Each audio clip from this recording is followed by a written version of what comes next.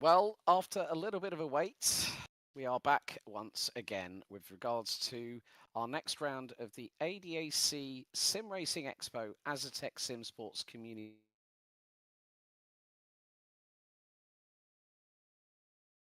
to the Eifel region. Welcome along to the Nürburgring Sprint Circuit, round 2 out of 5. And welcome along to everyone on the Sim Racing Expo YouTube and Twitch channels, because we've got the Duquesne LMP3s in action once more again around this shortened hybrid variation of the Nürburgring Grand Prix circuit established back in 1984. And you join myself, Alex Goldschmidt, and Nico Hillebrand back once again in the commentary box side of things. Nico, it's been a little bit of a wait, but we go from the confines of the Norisring to the Nürburgring sprint circuit, and it's going to really allow the Duquesne LMP3s to really stretch their legs tonight. Hello, everyone. Thanks for the warm welcome as always, Alex. And yes, I think tonight we should be on for a very good race once again. A bit more variation than, hairpin, chicane, hairpin on the Norisring, and a little bit smoother as well, of course, with a purpose-built racetrack. But nevertheless, there should be an absolute marvelous race today. The sprint circuit, of course, as you said, established in 1984. Nürburgring itself, of course, opened in 1927, and of course, our original, our proper original home from where the Sim Racing Expo all started. So it's great to be here for the series. Yeah, well, funnily enough, I'm actually in the nearby locality to Nicholas because we're both actually in Germany this week. I'll probably be in the Netherlands next week. I'm gallivanting all over the place, with the karting commentary. So please excuse the Rotax t-shirt. Got to represent the karting massive. I'm sure that Danny Juicer will love that one on a broadcast tonight. But yeah, I mean, looking back to the opening two rounds, the opening racing that we had at the Norisring, of course, Leon Harhoff was the standout driver that we had. Also made an appearance in the ADAC Digital GT 500 that we had the opening round just a couple of weeks ago. That's going to be happening next week. But, it was really a case of everyone testing the water and finding out what happens when you put an LMP3 car on a short 2-kilometer circuit with 5 turns, including a chicane. Well, actually, it's more like 3, including the Schiller S's. But it really gave us an understanding and an indication of who really have been at the sharp end and who's adapted quickly to this Duquesne LMP3. Yeah, absolutely. I mean, I still think, there is going to be a little bit closer competition here because the Norisring is, of course, a street circuit. It's a very pure street circuit. There's just wall and track. And here we have a little bit more space, a little bit more space for shenanigans so people can go, well, that is half a car width and we still have a bit of straight left. I can go for some grass. So, I think we'll be looking at a little bit more open racing here. Of course, Harhoff, Wazowski, and Bubolj, the top 3 in our standings right now, they've done a fantastic job in the last week. Well, not last week, but the last round. And I think that we're going to be looking at some very interesting racing today, indeed. Yeah, of course, the calendar runs all the way through 2 weeks in September. So 1st of September, Lautsitzring, a circuit that I've actually been to and had the opportunity, thanks to ex-BMW Motorsport and then Porsche works driver Dirk Werner, to go around in the M3 GT2 from 2011 that raced at Le Mans. Then we head to Sachsenring, a track I've never been to before. I'm sure you have been to before, Nicholas. Yeah, multiple times. Really great track. Times. And that's going to be the penultimate round. But we're going to leave it to you, the community, to choose a choice of track, which will be the centerpiece at the ADAC SimRacing Expo, 18th to the 20th of October this year. Of course, second year at the Dortmund Messe. Major, big changes. Of course, you've been seeing a lot of our interactions with you all on social media. Big thanks to the team behind the scenes, obviously promoters, Southwest Vision, really getting into this, and to see the amount of exhibitors that we've got coming. There's still more announcements to be made. We still have yet to disclose what prizes might be up for grabs, courtesy of our good friends at Asetek Simsports. So I'm sure that we'll be giving Andre Eriksson a bit of a nudge at some point. A big thank you to our partners, obviously, Asetek Simsports joining us for the 2nd year in a row for the Community Trophy. Of course, Gridfinder, Logitech G, SimStaff, and the place where you're going to be able to find out all the latest updates and news directly from the show. Our official media partner for this year for the 10th anniversary, because Traction.gg is back with a lot of the OG crew, including Tom Harrison-Lord, John Monroe, Ross McGregor, and they'll be keeping you all up to date on what is happening, especially with some of the latest news sim racing has to offer, from competitions to a lot of stuff. I mean, I'm having a look at the website at the moment, of course. At this moment in time, the Gran Turismo World Series has kicked back into action, and funnily enough, it's on Jardier's home turf, the Czech Republic. How's about that? And there's also been news that Gran Turismo's World Series finals are going to be held in the Netherlands, in Amsterdam this year. So there's a lot of news you can pick up. Head to traction.gg, and also you might be able to take advantage of a day or a weekend ticket at the Dortmund Messe for the 2024 Sim Racing Expo. Looking back, obviously, we mentioned Leon Harhoff at the beginning of the show, Nico. He's, you know him very, very well. He seems to be the one that's fired the early warning shot across the bow, so to speak. Yeah, absolutely. I mean, as I said, Norisring was always going to be a very difficult race, especially with a close performance with, the same car with quite a lot of power and all that stuff. And even though it is a compact car, you run out of space very quickly around there. And in the finale, we actually did have that big pileup, which I think also defined a little bit the outcome, because Harhoff basically perfectly profited from every single little aid that anyone else could give him, and basically just eliminated all the competition away from him without actually touching them. Basically went, okay, you guys keep making your mistakes, I'll just focus on myself, and drove off. I think, though, because I did get a little peek into the server earlier, today it's going to be a little bit closer, because Tibor Katz seemed to be very, very all over the back of him, only 3,000s behind earlier. Yeah. We have had a notification that we're going to have a slightly different format for tonight through our partners at Gridfinder. Thanks to Dan Terry for keeping us updated on this, that we're actually going to be hopefully getting racing and qualifying a little bit later on.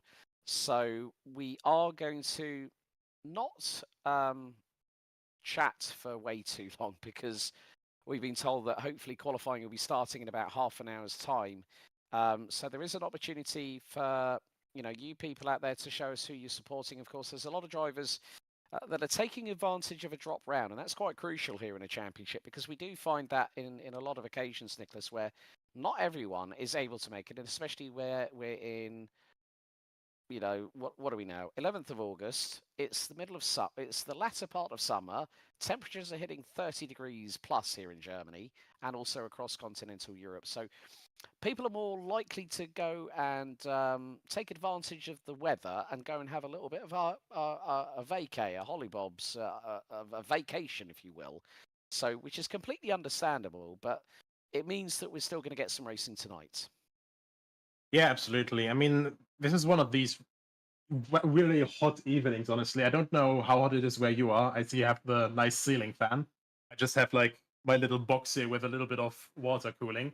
But I know it all too well. You're driving in your room, and even if you have like a bigger room and all that stuff, if you don't have like complete climate control, then very quickly it gets very, very hot. You're sweating quite a lot, and obviously the hotter it gets, the harder it is to focus.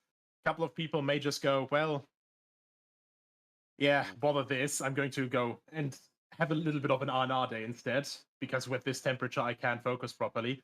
Or people, some people, I've seen a couple of messages that are actually still on vacation. Actually using the time and getting a little bit of relaxation in before maybe attacking the Lautsitzring with all they've got. Okay, so change to the plan for tonight. We are going to rerun the round one final from Norisring, so at least you won't have our ugly mugs on your screens for too much longer. Because at the end of the day, there's going to be a case whereby we want to give you racing. And I think one of the best things to do is to recap in this current situation, Nico, how things go. So we're just setting that up for you at the moment, but I think it's going to be the case of just seeing how things transpire. Yeah, absolutely. And watching the rerun for the finale for last round is definitely worth it anyway. Then everyone is all caught up, and we can jump straight into the action later. Yeah, I mean, out of the tracks that we got on this calendar, of course, we both don't know what the final track's going to be. So it's going to be as much a surprise to me and Nicholas, to be completely honest with you. What track would you hope for? I would love to say something fast, challenging, a lot of elevation changes. I think you might know where I might be going with this because it's not too far from where we both are at the moment. Oh, Bilsterberg. No. Close enough. No. I'm going to give you a clue in the distance and the amount of corners. 7.004 kilometers and 20 turns. Yeah, okay, fair enough.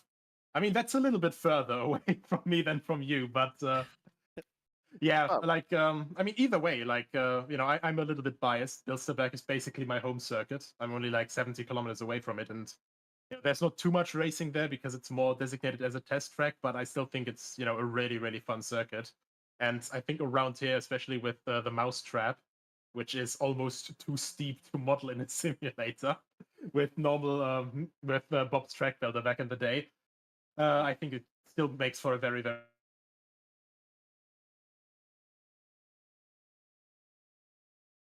Francorchamps would be a great venue to let these LMP3 cars stretch their legs.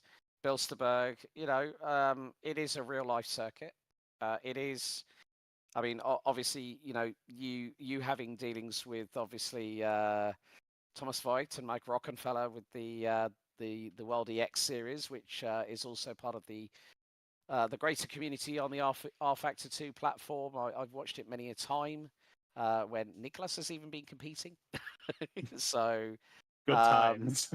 good times. I mean, it was great to really catch up with people like, say, another good friend for both of us, Devin Brauner, who is a multi-time winner. I still remember doing a Williams Esports broadcast, and we ended up having the Maastricht EX Pre, which was completely loony filled. And I think we had Jack Keithley as one of our drivers, and like the twists and turns, it was like going on highways, going underground, and then doing like about 350 kilometers an hour in a World EX car, and it was just like completely crazy. But I think it's just more to the case of when we know what this track is, it will be announced on social media, and it will also mean that you people will have the opportunity to decide where our final round will take place. And I think also a lot of people might be thinking, who's walking in the background? Well, I'm actually at a friend's house. My friend Conrad has allowed me to use part of his infrastructure here. So I'm sort of like double teaming with a state-of-the-art PC that I've never used before. Headset is plugged into my Macintosh, my MacBook Pro. So yeah, the thing is that this is warts and all, folks. I'm not going to lie to you. I'm not going to BS you. I'm not that kind of person. So at least you know who it is in the background. It's my good friend Conrad, who I've known for probably the best part of over half a decade, and we've known each other through karting. But yeah, we're just waiting for the replay to queue up very, very shortly. But out of the tracks that we've had, of course, Norisring gave us a lot of surprises. Also gave us some four-wide racing as well, Nico. Especially coming out of the Lutzenteich corner. It really, really is going to showcase. But out of the tracks that we've got Nürburgring Sprint tonight. We've got Lautsitzring and Sachsenring. Which one of the three are I mean, obviously Nürburgring is tonight. Fine, not a problem. But out of those three tracks, which one tickles your fancy the most as a racing driver? I mean, the Nürburgring is, always something special, in my opinion. Like, I'm literally there next week for DTM, actually meeting the titular people from the World DX community, as that you described. So, yeah, coincidences, even picking up Devin Brown on the way. And, but I honestly have to say, like, overall, I don't race there too often. I really should do more.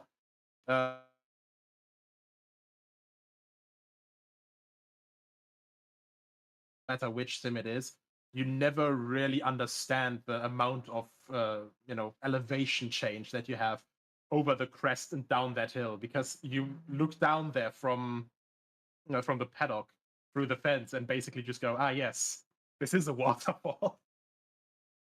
Well, on that bombshell, folks, we're going to take you back to the opening round of the ADAC SimRacing Expo Asetek Simsports Community Trophy, the round one final at the Norisring. Here we go for you all to watch as we have the build-up for round two at Nürburgring Sprints.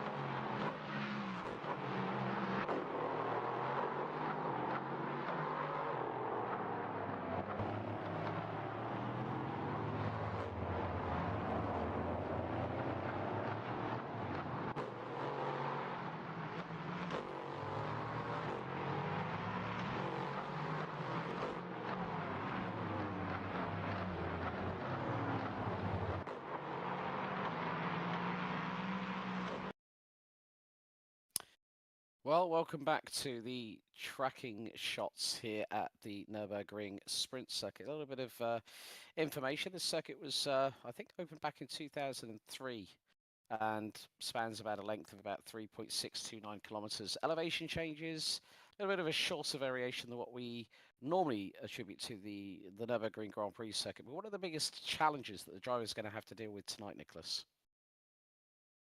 Ooh, it's going to be a rough call. I mean, we saw the battle at the Norisring just now, quite literally.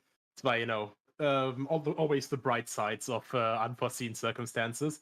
But you could see how the different drivers were tackling it differently. And I'm wondering how strategies might go differently here. Like, people might focus more on attack here in comparison to just survival at the Norisring. Like, I think they would have tackled it there because you have a lot more space to breathe here. You have a lot more room in corners. Tarmac runoff is certainly more inviting than a wall as well, and so I'm just looking forward to a good race. Yeah, definitely, myself included. It's just the case that from that perspective, yeah, there's going to be more overtaking opportunities. I mean, going through Advan into the chicane just off of what used to be known as the Coca-Cola corner, but ended up, I think, has been how many opportunities you get to go through that corner, and some circuits always have end up with name changes, and the Nürburgring particularly, apart from when you go on the Nordschleife. Oh, I mean, that's the fun thing, I mean, what I've got on my track map as Warsteiner Kurve, I think is also not quite accurate anymore because, in general, it basically has the nickname Beer Curve at this point, simply because, every beer brand in the world at some point will have their name on it, I suppose. And, yeah, even then, I think one of the few names that basically stood as normal was basically the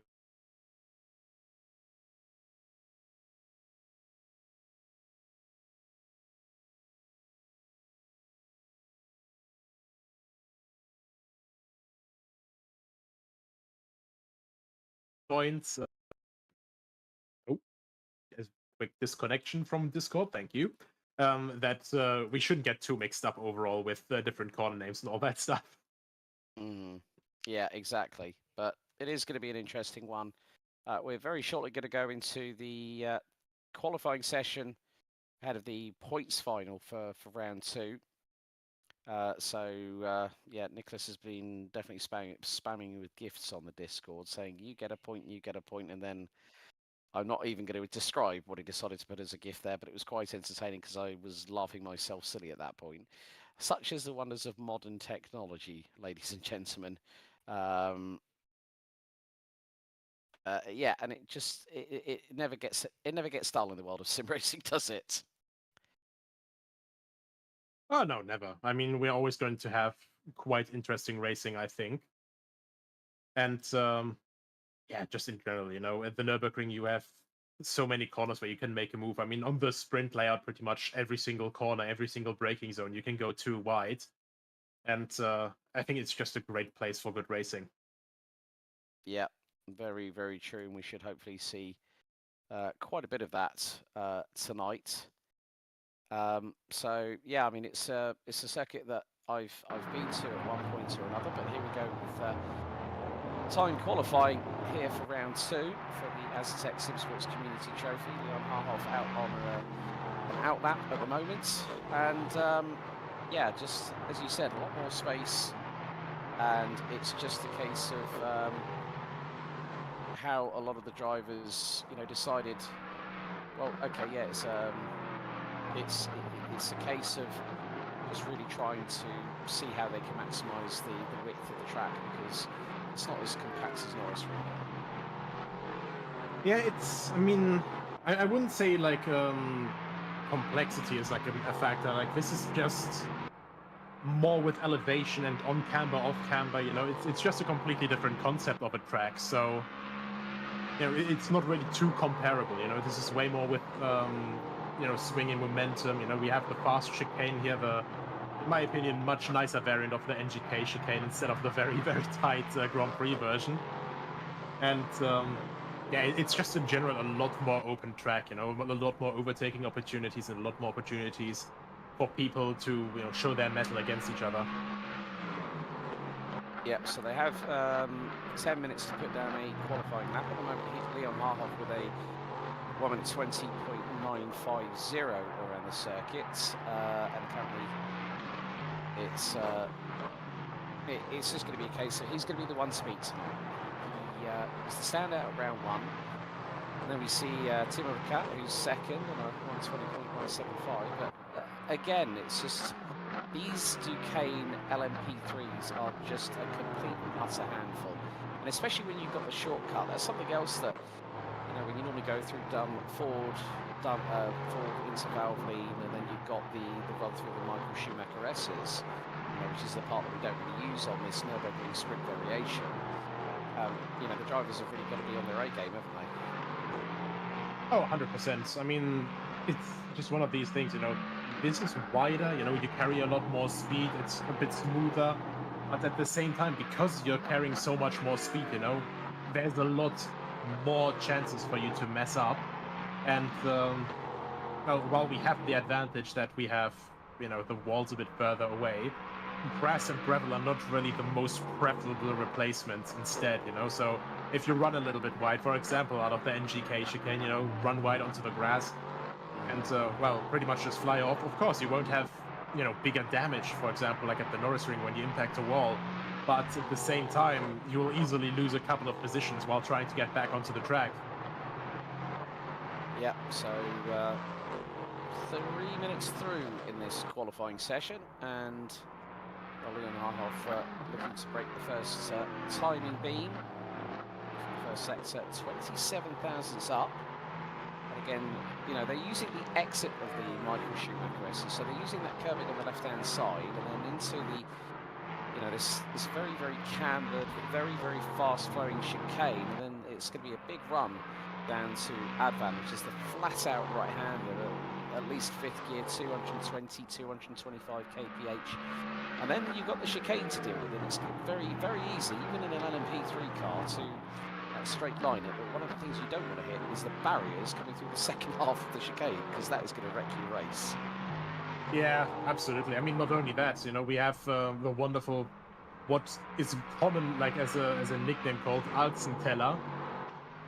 You know, we have these very, very thick circular curves there that, you know, GT3 cars, they love to attack it. You know, TCR cars, they love to attack it. But something like an LMP3 car, it is, well, to put it nicely, absolutely terrifying. So, you know, the suspension basically just can't cope, because these cars are, of course, a lot harder and a lot, you know, more stiff and direct than, for example, GT cars or touring cars. So, yeah, it's gonna be an experience if we see someone attack the corner quite a bit, wanting to get a little bit more momentum through it and line up maybe a move into the Coca-Cola curve, and then all of a sudden just completely hit one of those things, and then, oh no. Yeah, very much the case. And with halfway through the session, Leon Harhoff leads the way. Mats Windhausen is currently P2, half a second drift. And then it's very, very close between second and fifth, because you've got Timo Rakat in third place, Oskar Soprich and Igor Rozovsky rounding out the top 5, covered by 7/10. Very compact in terms of lap times at the moment, with Alexandre Forel. Then we've also got Julius Wiese. Wiese's just gone up to P5 on a 118.458. But at the moment, well, Harhoff seems to be improving lap after lap. Rozovsky's just been on an outlap, I think, because he's showing 2 minutes 48 against his lap time counter at the moment. So, yeah, I mean, Harhoff has got a big advantage at the moment. Windhausen is 6/10 adrift, as he's going to be heading into the Hauhagen, turning into the right, then into the left through here at the Mercedes Arena. And that's always a wonderful sight to see, the Mercedes Arena with the AMG tribunes on the inside, on the outside of that double left-hand, which then goes into the right before you've got, what's it, on my track map, it's got that little hairpin as Kotzanbinden. which is the corner name for it. Which is It's shortcut. Shortcut. So there you go, folks. If you want to learn a little bit of German, come and watch the streams. We'll educate you, especially when it's with the German circuit with German corner names. But yeah, I mean, it's still going to provide really good racing. I mean, now the top 6 covered by under 9/10. Windhausen is the closest one to Haarhoff, but you know, there's a lot of improvement over the course of this session. We've still got 3 minutes to go here, Nico. Windhausen could be the one that could be threatening Haarhoff more closely than others, but the entire field rounded out by Lorenzo Lautsitzring in 13th place. Yeah, we could be in for some good racing. And qualifying is, you know, times for show, but it's points to go here in the Asetek Simsports Community Trophy, isn't it?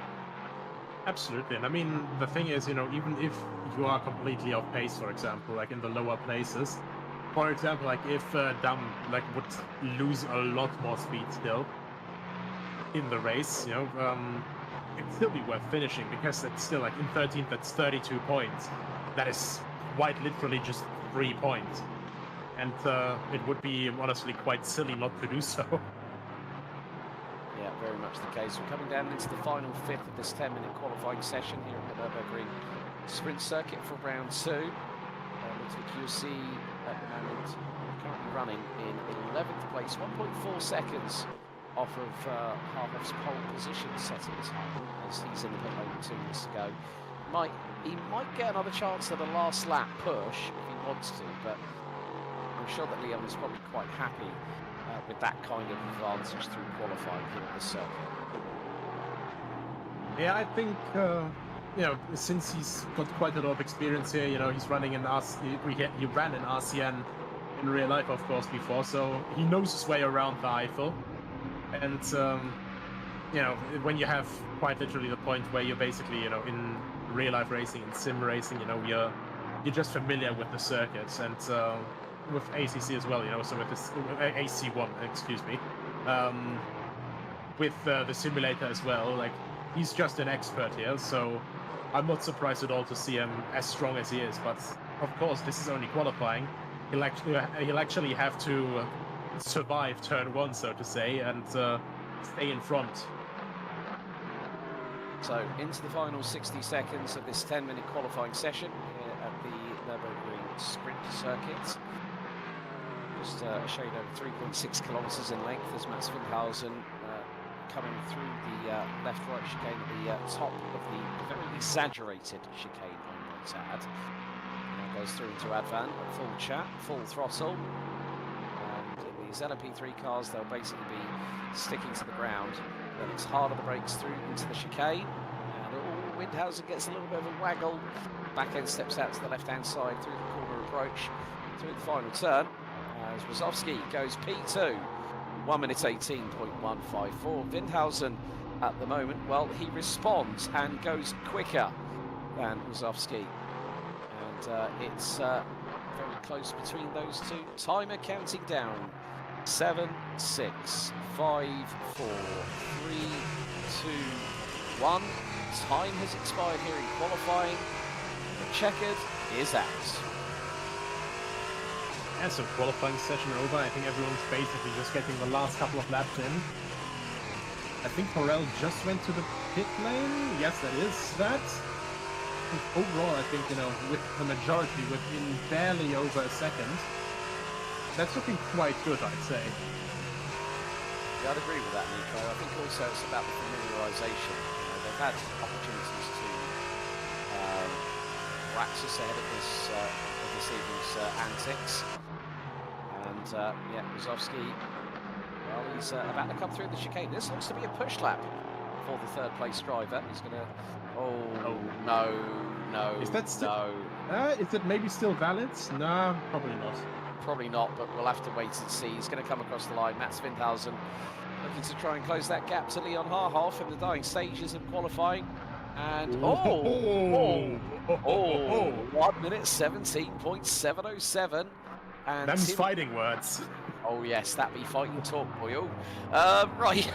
Sorry, there's a bit of Welsh coming into that equation when it came to an accent, but the for the race itself, Leon Harhoff takes pole position, but Mats Windhausen is really trying to put the wind up Leon Harhoff's sails. Timo Cat rounds out the top 3. We've got a really good race on our hands, I think, here, Nico. Because, okay, yes, people, what you say, but there's only an X amount of cars on the grid. Well, it doesn't necessarily matter how many cars there are on the grid, but it's about the quality of the racing. And I'm sure there's going to be a few people going into the shortcut, maybe outbraking themselves a little bit on the opening lap with cold brakes and cold tyres.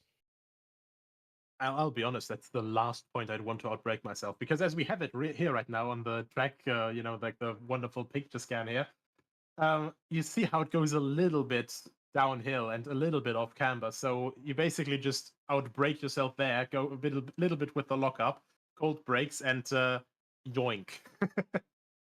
You're just going into the gravel, the grass at that point here, because they don't have gravel there anymore. But either way, it's not a very fun experience, to say the least. Yeah, that's very, very true. So we've had the results come through for qualifying. 13 drivers separated by just over 2 seconds. Leon Harhoff takes pole position ahead of Mats Windhausen. Timur Kat takes 3rd ahead of Igor Wazowski, and then we've also got Oskar Soprich and Julius Visa rounding out row 3. Kasper Gazior and Alexandre Forel round out row 4, with Dan Sedgley and Gilles Samoy rounding out the top 10. Thomas Cope, a winner actually as one of our race winners in the opening round of the ADAC Digital GT 500, which will return this time next week, folks. So round 2. And we'll also have that live broadcasted here on the ADAC SimRacing Expo YouTube and Twitch channels.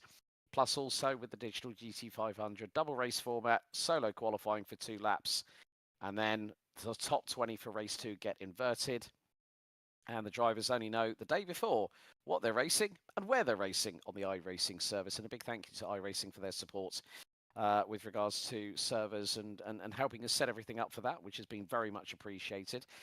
Thomas Cope, then we've got Lorenzo Lutrichiusi, and then we've got M. Dam at the end of the grid. So we are just waiting to see when we get put onto the race server, because there will always be a little bit of crossover time. But Windhausen really said to Harhoff, saying, yeah, you won Norisring, but I've had time to practice. I think also, at the Norisring, it was the first round, so you don't really know your opponents yet. You're going in basically with a blind deck, so to say. It's like playing blackjack, you're getting the first hand, the second hand, you don't know what the dealer has. So you are very tempted of, if it's like a 16 or 17, you're basically just going like, okay, yeah, stand, I'm done, if this is enough practice, this should be good enough for a good result. And then Harhoff comes along as the dealer with, a blackjack, and you're basically just going, well, damn. But now I know better for next time. Yep. So it's going to be interesting how they get off the line. Of course, it's all that important rundown to the Haukhaken, of course. For those that might remember, in 2021, the Nürburgring Grand Prix circuit was actually the final round of that year's professional trophy, if you might remember. But we are lining up on the grid, ready for a 20-minute adventure around the Nürburgring sprint circuit. So Leon Harhoff will start from pole position, and Windhausen will be alongside on the front row. So when the red lights start igniting on the gantry, we'll hear the LMP3 Duquesnes roar into life, and of course you'll be able to hear a car like that roar into life at this year's ADAC SimRacing Expo, courtesy of our good friends at Asetek Simsports. The amount of times that I got told that my eyes are stinging because Asetek had just fired that thing up, well, that seems to be a true tradition at the ADAC SimRacing Expo, and I think a few eardrums might get a little bit slightly obliterated is probably the best term we can use there, as you found out last year, Nico, as well, didn't you? Oh, it was a great experience. Like the guys from Asetek also just bringing such great just overall vibes with them. You know, the after party as well was really awesome with them. And, you know, them firing up the LMP3 quite a couple of times. It's sort of like, hello, wake up, you know? I know it's been a longer day, but wake up again. It's time for the good car sound. I'm going to have to speak to Andre at Dortmund this year and say we're going to call it the Asetek alarm clock. So it's like, ladies and gentlemen, it's Asetek o'clock, and on cue, the LMP3 fires up on the stand. Let's see it like this. You know, London has the Big Ben, and so it like dongs like every hour. We should have the LMP3 car for Dortmund. Well, without further ado, the 6 red lights are on the gantry, and once they go out, we will be underway here. Lots of wheel spin from pretty much everyone on the top 3 rows, pretty much all the way down the grid, as it is the run down to the Haughagen for the opening sign. Off leading the way, Timmercat slotting in behind Mats Windhausen. Windhausen looking up the inside through into the Haughagen. Timmercat trying to get the crossover, but that's going to be Wazowski to his outside into the next left. But fairly decent start from all our competitors as they come out of the Haughagen. They'll go instantly to the right-hand side, depending on how close they want to be with Bravado trying to get through onto that wall. They're going to be running a little bit wide. You can see a lot of carry-through momentum coming through to trying to get to the Kurzabbrechung here, the shortcut. As Julius Wieser battling away, I think that is with Soprich, and has got through for 5th place. They're going to go into the next left-hander. Careful, careful. Oh, well, there's been contact. Ooh. And that is Julius Wieser around, and to the back end of the field goes the driver that started in 6th place. Made a great start trying to get past Oscar Soprich, but then it all just went quickly south. Yeah, and Wieser with, you know, really bad luck on that one. Sorry, damn it, you just caught me right in the middle of a sneeze. Wieser with bad luck again, almost mirroring his experience in the final at Norisring, so really sad. Gesundheit, by the way. Thank you. Ludwig Jussi is also making some moves. So is Sedgley. Sedgley started 9th, now is 7th. And it's got Alex Farrell not too far behind. Thomas Cope now up to 9th, past Ludwig Jussi as they go through into the Mercedes-AMG arena once again. It's side by side. Sedgley manages to keep the outside line and then get the tighter line on the inside for the next right-hander. Short run down to the miniature hairpin, which then uses part of the exit of the Michael Schumacher S's. This iconic circuit. The Grand Prix circuit started life back in 1984. So I think, well, there's an anniversary that is happening at this moment, which is 40 years of the GP circuit. So, alles Gute zum Geburtstag, Nürburgring große Preisstelle. That's all I'm saying on that one. But we ride on board with Timmercat, who is keeping Windhausen very honest as they come through the chicane. About to complete our second up. I love this on board here, and Timmercat very close to the wall, or nearly tags it. Windhausen locked up on the braking going to the final corner there, Nico. Yeah, locked up on the outside even, which was a little bit weird, but I'm guessing he came down from the curb, so the car's still bouncing a little bit. And of course, the tire that doesn't have consistent load on it as Timmercat is getting right up to the rear end of him there. Just really to lock up. He went pretty much straight on there until he caught it, and just really unlucky for Windhausen there, because that means that half the easier time getting away. Yeah, so Leon doing business at the moment. I think it's close to a 2-second lead at the minute, as you see picture in picture. We've got the outside tracking camera with Mats Windhausen and the onboard with Timmercat, so that's 2nd and 3rd place at the moment as things stand. But closing in on them, Igor Wazowski, who is currently in 4th.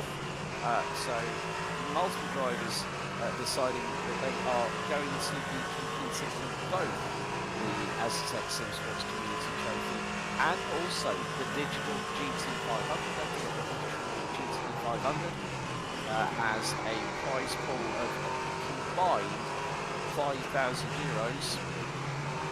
Heading to our next circuit with our next car next week in 7 days' time. But at the moment, well, Leon Marloff has just set another fastest lap of the race. 1 minute 17.855. Timmercat 4/10 behind Windhausen, and then a further nearly 8/10 back as Timmercat's really got that car lined up very, very nicely going into the Haupthaken. But then it starts to slip away. You can see he's trying to frantically correct the wheel, going through into the next double left and then into the right. But yeah, Windhausen, as you said, having a bit of problem with the brakes at the moment on the Duquesne LMP3 in second position. Yeah, it's always this thing of like getting closest one thing and getting past is the other thing. Right now, these cars, of course, they are higher downforce car, and so he's already looking in the dirty air right now, and as you can see here, you are already losing quite a bit of just force pressing to the ground, even in the Warsteiner curve, now through the Advanbogen, where luckily you don't really need too much downforce. But then next up through the NGK chicane, the faster one, of course. You definitely need balls of steel through the Advent corner. Like your foot is planted flat. Like there's no lift. And as you said, with these, or do you lift through Advan, Nico? Come on, be honest. Yeah. Be honest. Wow. No. That's an easy flat-out corner in any car that I've ever driven. That's what we like to hear as Timmercat around and into it goes Wazowski. Oh, that's given Stockbridge the opportunity to go up to P3. Kalashort now is up into 5th. And Timmercat, that was a bit of a mess there between Timmercat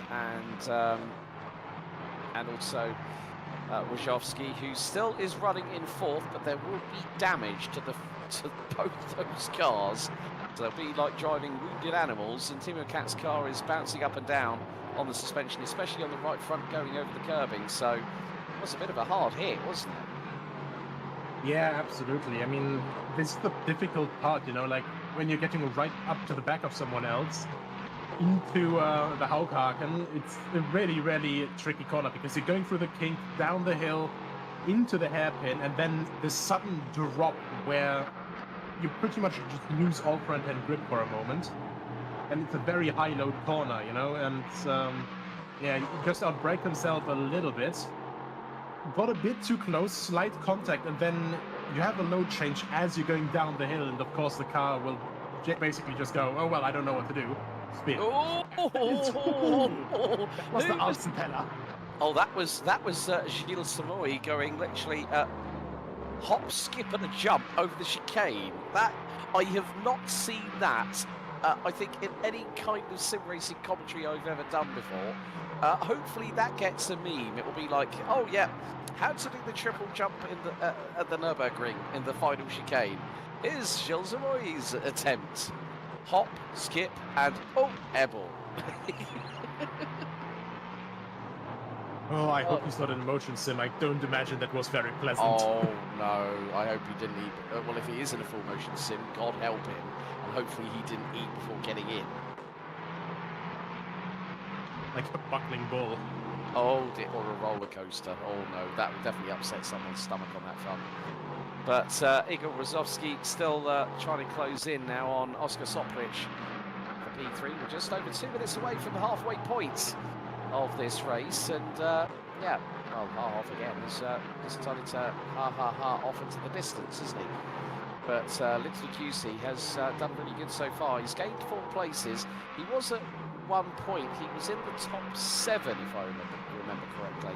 Top 7, top 8. So literally QC seems to be getting a bit more of a handle on this car. As you said, Norisring was the first adventure into this, and literally QC closing in on Timmercat, who is driving a wounded Duquesne LMP3, and QC nearly spooled up the rear tyres and nearly spun the car around going into the Haupthaken there. Yes, they have to really be careful about that, because of course these cars have traction control, but especially when you're having these situations, where you basically just drop down almost a foot pretty much over that crest at the Haupthaken, the traction control can't quite adjust as much properly. And of course, you're running it as low as possible, so you have the least interference, you have the best acceleration possible. And, yeah, just quite rough in general, Yeah. So coming up to nearly half-time in this race. And, well, the top three have really expanded out a bit. But Soprich and Wazowski,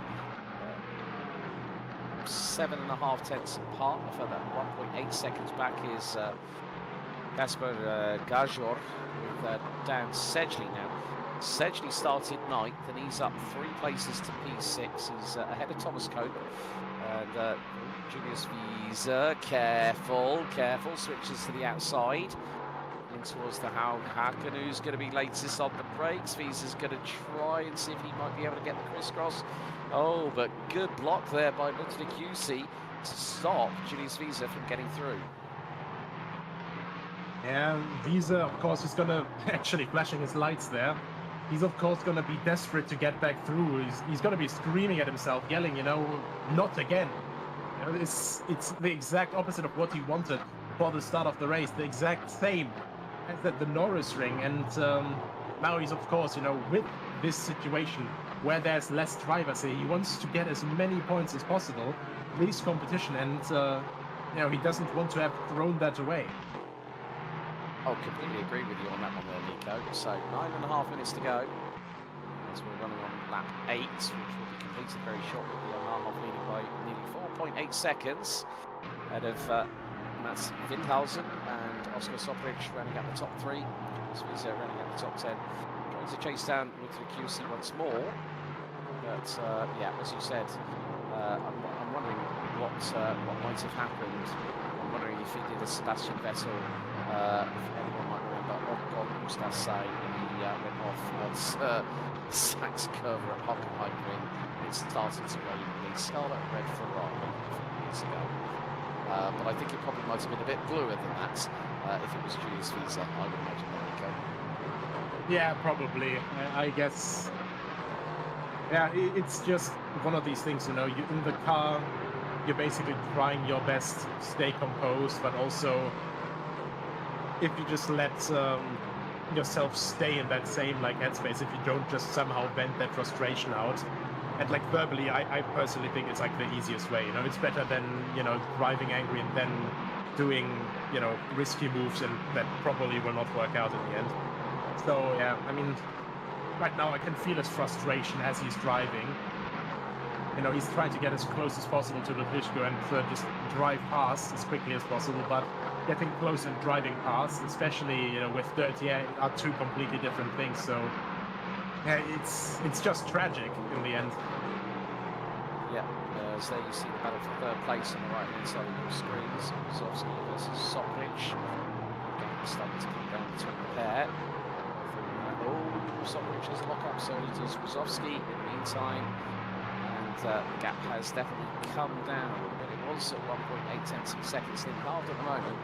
As Wazowski throws the car around through the AMG arena, and it ends up in the back diffuser of Soprich as they're coming over the right-hander and then run down towards the chicane, run down towards the shortcut. Wazowski's chancing fate here at the moment, but won't get a good run coming out of the hairpin, and then using the as much of the track as possible into the left, then into the right. Just really love the way that these LMP3 cars just sweep their way through that big and large chicane, through Warsteiner and now into Advan, this flat-out right-hander. Wazowski is closing.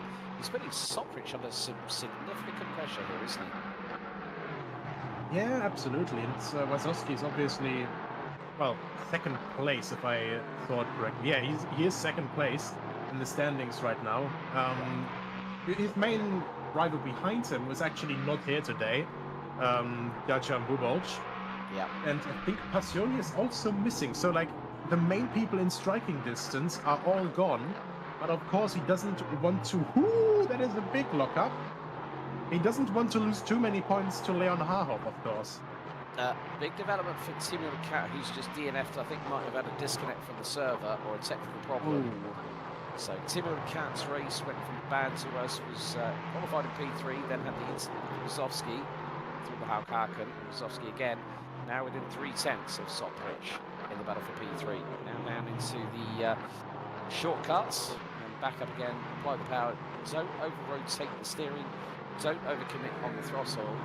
And yeah, I mean, it's getting really, really racy now. Rosowski's got a sense of urgency because we're coming down to the final 6 minutes of this race. Harhoff's pretty much on road to getting a second successive win in the Asetek Simsports Community Trophy, but the battle here is really being captivating all the way through. It's through the chicane. Soprich and Rosowski both make it nice and cleanly through there. Keep away from the wall on the right-hand side of the exits, and then through the final right-hander. Tighter apex nailed by Rosowski, and he's going to get a good run down here coming into the Howkaken. Look at the slipstream he's got on Soprich, and they were fractionally apart from each other, pretty much matched on pace, but Rosowski trying to look for the outside. I think he nearly tried to sell him the old Nigel Mansell dummy there, back from the old 1990s in Williams in Formula 1. I think it still worked. Did you see the slight lockup there? And, you know, of course, maybe like a smaller lockup as we have there, Julius Wiese versus Litrucci. Oh, sorry, I can't spell names. I'm completely caught out by that now. Sorry. There we are. That is the word. You know, right behind Thomas Cope as well. So we have a three-way battle, and essentially not too far away either. So, you know, these guys are all over each other. Of course, not trying to slow each other down too much, just wanting to make a move with slight lockups, and that is a big hit. Well, that was a yeet. That was a definite 100% yeet. Wiese locks up into the back of Litrucci. Litrucci is going to drop outside of the top 10. Well, he's in 10th position at the moment. Rosowski and Soprich still carrying on with their battle at a frantic pace through the final corner. About a car length between the pair as they exit out of the final turn, and then once again apply the power, go up the gears. Rosowski getting the slipstream here, was slightly slower than Soprich on the previous tour. As we're on to lap number 13, with 4 minutes on the time to go. Rosowski trying to look to the inside through into the Howkaken, very close to the rear diffuser in the rear wing of Soprich. But at the moment, Rosowski, no matter what he throws at Soprich, is not able to make it past. And Julius Wiese trying to go around the outside of the Howkaken on Thomas Cope. That's not going to work in a month of Sundays. And well, gets very close to the back bumper, the back rear wing and diffuser of Thomas Cope. Comes with Olympus Esports these days. And well, Wiese nearly tried to possibly think about a dive bomb there through the second half of the Mercedes arena. But still kept himself out of harm's way. But I'm sure that Litrucci might be will be very agreed. I can probably hear my ears burning at the moment, Nico. For Litrucci, dropped down to 12th place. So 13 starters, 12 still running. Litrucci finds himself down at the bottom of the pile.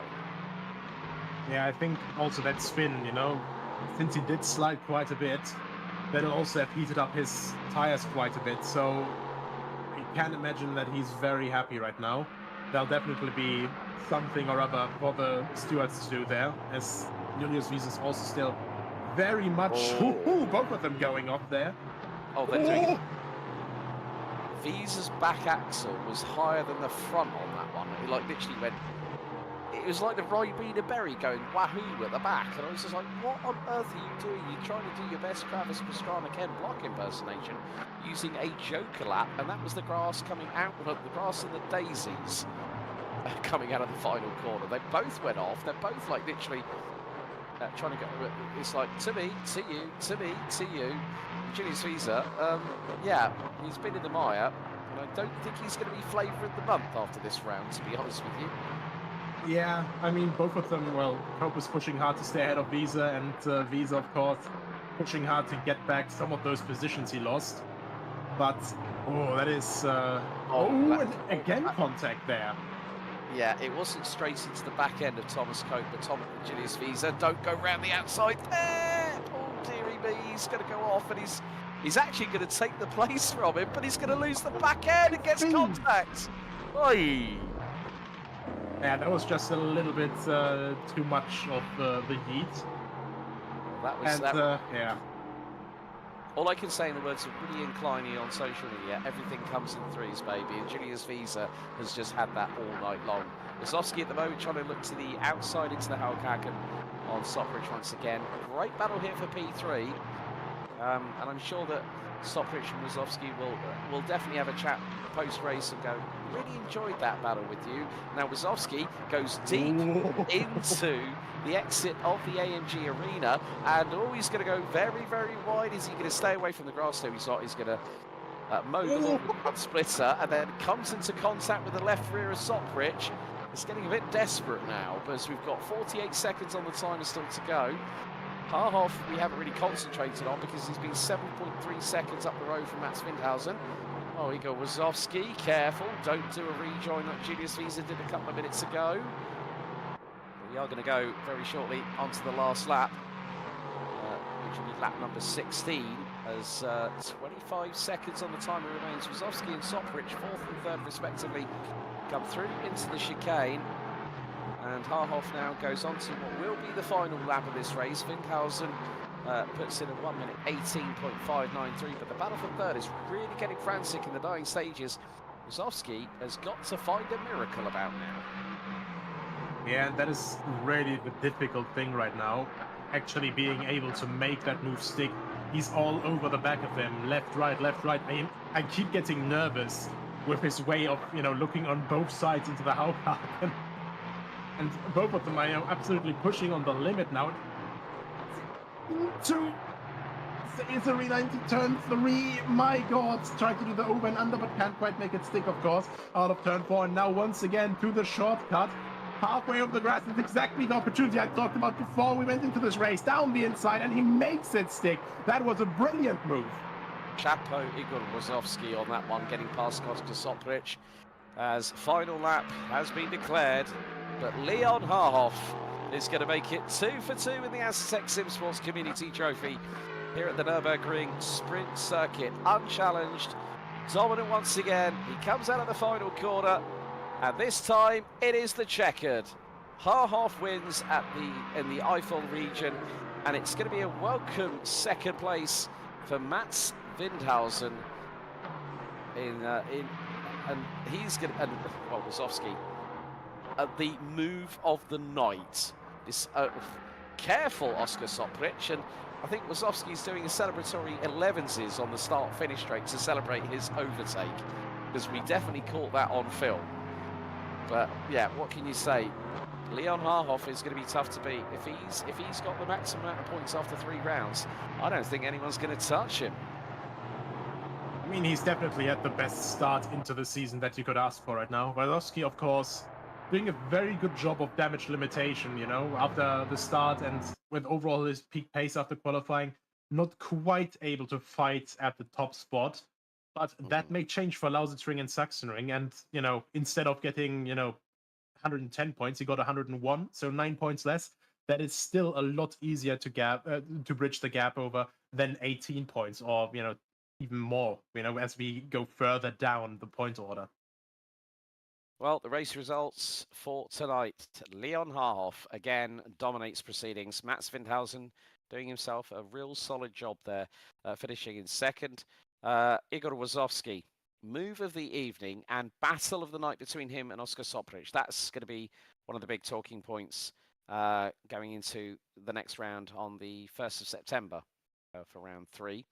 Also, the fact that we also had Kasper Gajor also in there as well, and it's more to the point that these drivers will definitely.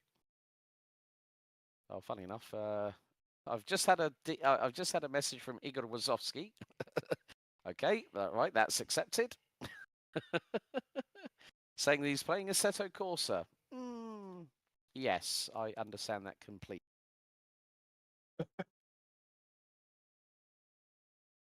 I think. Apologies. Yeah, I moved myself into the wrong room, but that does sometimes happen. Now I know that we've got someone actually waiting in the waiting room, so let's see if we can pull that person up. Leon Harhoff, good evening. Yeah, good evening to you too. Well, what can I say? I don't really have. I could run out of superlatives talking to you right now, but once again, you're victorious. Congratulations, maximum score once again. How are you feeling? Yeah, thank you very much. Awesome feeling. What can I say? I just love the car. I love the simulation. It's all perfectly together. But it was nicer to actually be on a bit more of a footloose and fancy-free circuit rather than the tight corners surrounding the Dutzenteich, wouldn't you agree? Yeah, actually, Nürburgring is kind of my home race because I live kind of close to it. But on the other hand, I really like the Norisring because there's no discussions about track limits. Either you're fine or you hit the wall and you're out. So I also really like that circuit, but of course, Nürburgring has a special place in my heart. So, yeah, I mean, Nico, have you got any questions for Leon? Well, not really. I mean, he did all the. He already delivered all of the answers. You know, home track. You know, he's got a lot of experience around there, a lot of experience around the simulator, and all I can really do is just, congratulations to a fantastic win. Yeah, thank you very much, and also congratulations to the rest of the podium. Yep, indeed. I have been told by Igor that he says, well, I can't be in interviews, probably because his command of the English language might not be up to par, but I completely understand and respect that. But Leon, congratulations. We'll see you for round 3 on the 1st of September. So well done again tonight. Yeah, thank you very much, and looking forward to it. There you go, ladies and gentlemen. Leon Harhoff, our winner for round 2. Once again, the man who has dominated proceedings here in the Asetek Simsports Community Trophy. But I do need to ask you a question, Leon. Digital GT 500. Yeah. How have you been finding that so far? It's an awesome competition, but to be honest, I'm not quite that fond of iRacing yet. I'm pretty new to it. I have, I mean, almost like 3,000 hours in ACE and probably just a percent of that in iRacing. So it's kind of like a different beast. I know a lot of guys there who are really, really fast, and I still have to find my way around that simulation a little bit. It feels quite different, and still a lot of work to do there. Brilliant. Leon, we'll let you go. Anyone you want to shout out tonight before we let you go? I would like to greet my teammate Leon Weigel because he told me to say a lot of stupid things on the interview that I'm not gonna say. So have a greeting there, mate. Brilliant. Lovely to hear from you, Leon. Good. Well done tonight, and see you for the ADAC Digital GT 500 next Sunday. Also looking forward to that. Thank you very much. So, big thank you to Leon there. Nico, I think it looks like we might not be getting any more interviews, but your thoughts on that race. We had it was, let's just say it was what we expected. People getting caught out. I did say how and I did say the shortcut. And what happened? Lockups, and plenty of side by side and a bit of barging and scrubbing paint as well. Well, it's this back and forth. You are obviously a little bit more encouraged because the track and everything it is wider. It encourages overtaking, but in the end, 4 cars in the space of 3 still doesn't work. No matter whether you're in Nuremberg or on the Nürburgring, which, funnily enough, also gets mixed up quite often by English speakers. But like sometimes some things, they don't change. It's still gonna be really, really rough to race, and yeah, it's just unfortunate for Julius Wiese with a similar issue that he had at the Norisring. Hopefully, with a better race next time around at the Lautsitzring. Yeah, and well, with that in mind, that really wraps up our coverage of tonight's second round of the ADAC SimRacing Expo Asetek Simsports Community Trophy. Just to let you know, next round, 1st of September, Lautsitzring DTM. Leon Harhoff has been the man to beat at the moment, but of course we've got more sim racing action as another one of our competitions gets into high gear at 8 p.m. Central European Summertime next Sunday, the 18th of August, as we'll go into battle for round 2 of the ADAC Digital GT 500. A big thank you to our respective partners, Asetek Simsports, Gridfinder, Logitech G, SimStaff, and Traction. On behalf of Nico Hildbrand, Ryan Gill, our man behind the scenes, providing all these wonderful images you see before you. My name's Alex Goldschmidt. Thank you so much for tuning in. And if in doubt, race hard, race fair, but make sure you're first out on track. Good night.